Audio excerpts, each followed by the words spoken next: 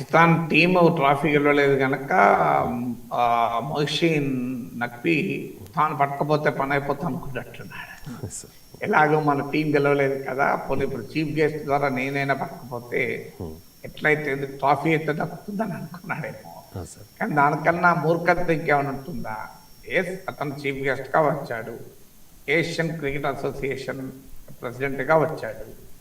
ఆయన incidentally Pakistan home minister కనుక దాన్ని తీసుకోమని చెప్పారు. సో భారత టీం తీసుకోకపోవడం కరెక్టా కాదని వేరే చర్చ.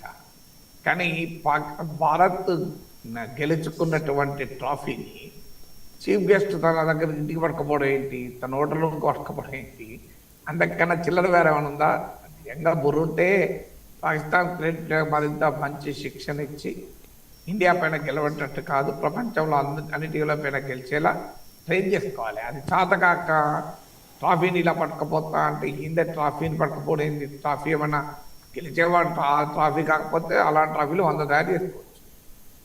మ్యాచ్ గెలవకుండా ట్రాఫీకి ఏం విలువ ఉంటుంది?